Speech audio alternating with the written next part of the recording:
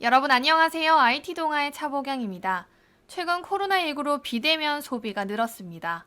배달 음식을 시켜 먹고 택배로 장을 보고 음료는 테이크아웃을 하면서 포장재와 일회용품 사용 비율이 증가했습니다.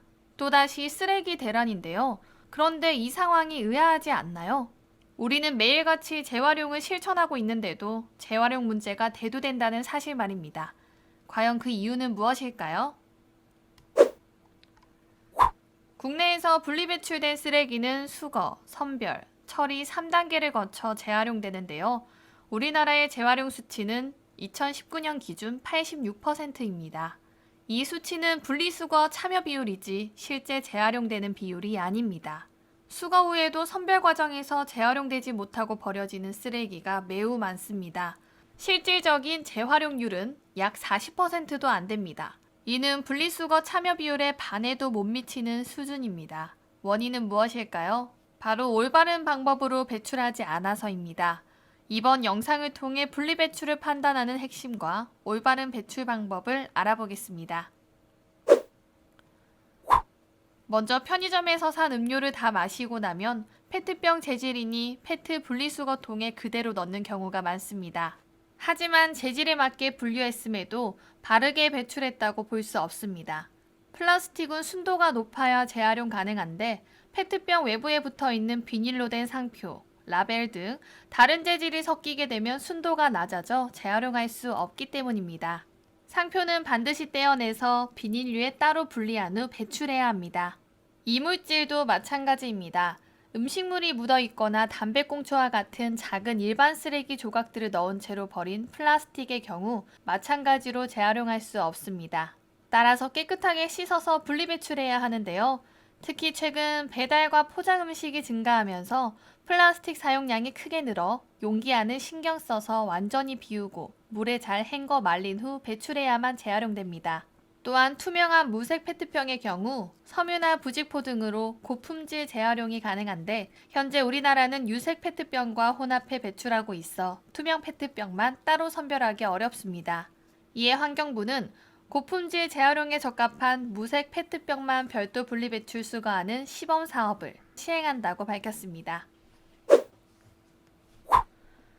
컵라면을 먹고 나면 빨간 국물이 스며든 용기가 남습니다. 남은 국물을 버리고 헹궈내면 스티로폼 수거함에 버려도 될까요? 이때 중요한 판단 기준은 제거할 수 없는 이물이 묻거나 오염된 용기는 재활용할 수 없다는 사실입니다. 깨끗하게 씻어내도 이물이나 국물이 스며들어 남아있다면 재활용할 수 없으니 잘게 쪼개 일반 쓰레기 종량제 봉투에 버려야 합니다. 단 컵밥 용기와 같이 코팅이 되어 있다면 아무리 깨끗이 씻어냈다고 하더라도 재활용할 수 없습니다. 컵라면뿐만 아니라 비닐로 된 봉지도 마찬가지입니다. 물로 헹궈 이물질을 없애고 비닐류 배출함에 버리고 이물질 제거가 어려운 경우 종량제 봉투에 배출해야 합니다. 바람에 날리거나 흩어지기 쉬우니 투명 비닐에 모아 담아서 배출하는 것이 좋습니다. 택배 한 박스만 뜯어도 많은 쓰레기가 나오는데요. 먼저 종이로 된 택배 박스는 테이프, 송장 번호 등 기타 재질의 이물을 모두 제거 후 펼쳐서 배출해야 합니다. 신문이나 노트 등의 종이류를 배출할 때도 이물질을 제거 후 배출합니다.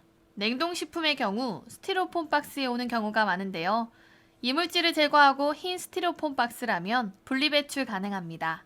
색깔이 있거나 다른 재질과 혼합되어 있는 경우 재활용이 불가능합니다.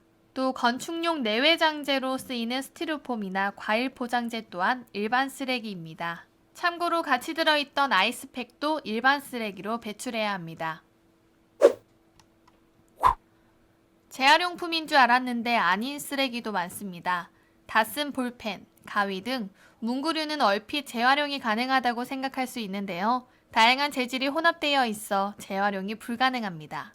칫솔, 고무대야, 깨진 유리, 내열식기, 화장지, 치킨 상자 속 기름종이 등 다 일반 쓰레기로 버려야 합니다. 재활용품이 아닌 일반 쓰레기, 음식물 등을 재활용품과 혼합 배출 시 100만 원 이하의 과태료가 부과됩니다. 또 폐건전지, 오래된 약 등 일반 쓰레기에 함께 넣어 버리는 경우가 많은데요. 화학 성분으로 인해 환경오염을 시킬 수 있어 따로 배출해야 합니다. 폐건전지는 전용 배출함에 오래된 약은 약국에 폐기 요청해야 합니다. 정리하자면 분리배출을 할 때는 재질이 혼합되지 않았는지, 오염 제거 불가한 이물질이 있는지를 가장 먼저 파악해야 합니다. 분리배출 세부 규정이 헷갈리는 경우 내 손안의 분리배출 앱을 참고하시면 되겠습니다. 가장 좋은 방법은 일회용품 쓰레기를 발생시키지 않는 것인데요. 다만 이는 대체재가 나오기 전까지는 현실적으로 어려운 방법이니 올바르게 분리배출의 자원을 재활용하는 것만이 환경을 구하는 일이 아닐까요? 실제 재활용으로 이어지는 바른 분리배출, 나부터 시작해보시는 건 어떨까요?